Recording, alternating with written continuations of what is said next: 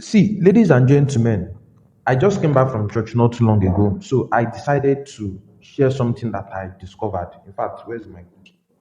Let me put on.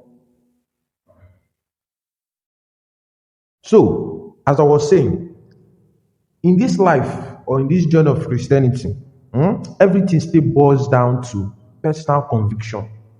That is how strong am I convinced in this thing that we are doing when it comes to Christianity. I'll read a passage for us in the book of Romans, chapter 14 and verse 5. The last line of that passage, it says, let every man be fully persuaded in his own mind. I say it again. Let every man be fully persuaded in his own mind. Last, everything boils down to personal conviction.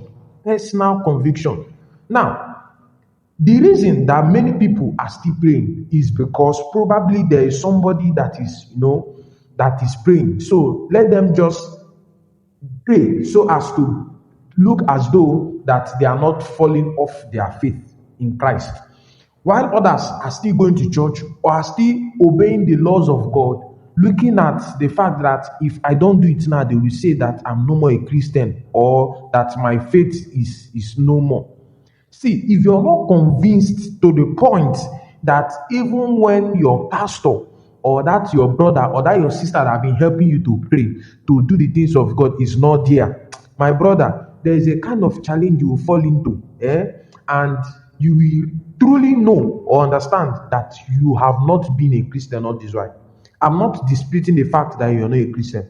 However, there should be this personal conviction. When God told Adam and Eve, do not eat of these fruits, the reason that Eve stood before the serpent, listening to his conversation, was because she was not convinced. When God said, don't eat of this tree, Eve was not convinced enough. That was why she stood there. It's not that she didn't know the commandment. It's not that she didn't know what God actually said, but she was not convinced. You must come to the point of conviction whereby even when you're far away from the family that you pray with, the family that you study with, the family that you fellowship with, when you're far away from them, that you still continue in what you have been taught, you still continue in the word, you still continue in prayer, because this life will shake you.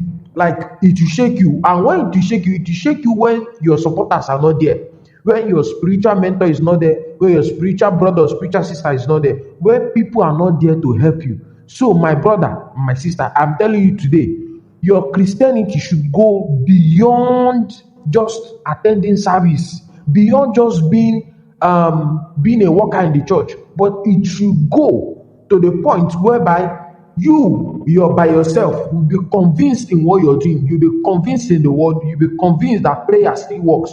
You'll be convinced that we are still meant to obey the laws of God. I hope you're understanding me.